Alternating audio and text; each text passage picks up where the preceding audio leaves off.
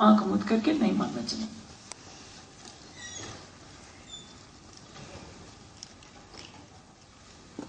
चौदमो प्रश्न है, धार्मिक मान्यताओं विरोध ने केवी रीते दूर करी शकाय? अभी मैंने पहले ही कहा है, पहली आवश्यकता है शिक्षा।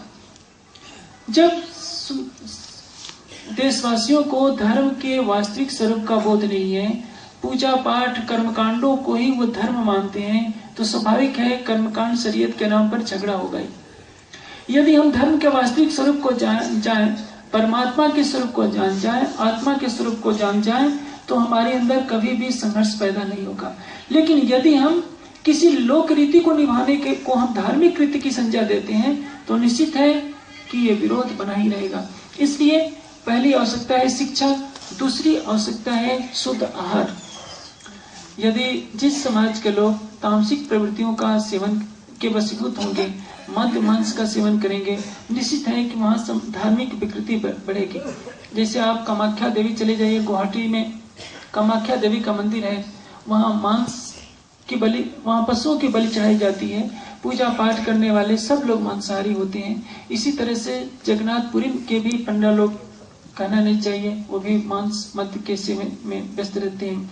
यदि धार्मिक मान्यताओं को के विरोध को हमें दूर करना है, तो हमें धर्म ग्रंथों के वास्तविक ज्ञान को अंगीकार करना होगा, उसको आचरण में उतारना होगा, ध्यान के द्वारा अपने हृदय के विकारों को दूर करना होगा। तभी धार्मिक मान्यताओं के नाम पर जो विकृतियां चल गई हैं वो दूर हो पाएंगी।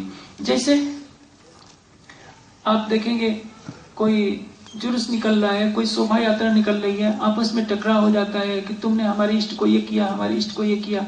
इंद्रियों से जो भी होता है वो मात्र कर्मकांड है। परमात्मा कभी किसी कर्मकांड से खुश नहीं होता। परमात्मा केवल प्रेम चाहता है। और यदि आपके हृदय में प्रेम नहीं है, धर्म की चादर ओढ़कर आप केवल मानव में घृणा फैला रहे हैं, तो आप धर्म से कोसों दूर हैं। धर्म की एक ही आवाज है, शाश्वत प्रेम, शाश्वत शांति, शाश्वत आनंद, और सबके अंदर एक चेतना के स्वरूप को देखना। यदि आप हिंदू मुस्लिम क्रिश्चियन के नाम पर केवल वर्गवाद फैलाते हैं, केवल मेरा ही धर्म रहेगा, मेरा ही मजहब रहेगा और सारे लोग मार दिए जाएं, तो आप धर्म की विकृति को ढो रहे हैं, धर्म के वास्तविक स्वरूप को नहीं ढो रहे हैं।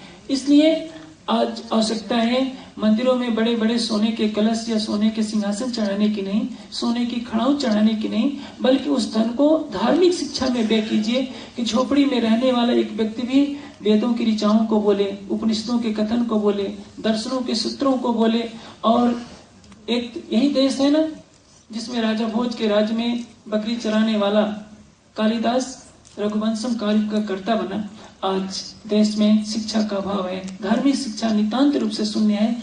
इसलिए मैं यहाँ धर्मावलंबी जो भी जनता आई हुई है, सबसे ये निवेदन करूंगा कि जगह जगह धार्मिक पुस्तकालयों की स्थापना करें, धार्मिक शिक्षा को बढ़ावा दें। आपके गणेश जी पूजा पाठ से खुश नहीं होंगे, गणेश जी की आत्मा देख रही होगी कि आप लोग शिक्षा तो फैला नहीं रहे, मेरी मूर्ति बनाते हैं और फिर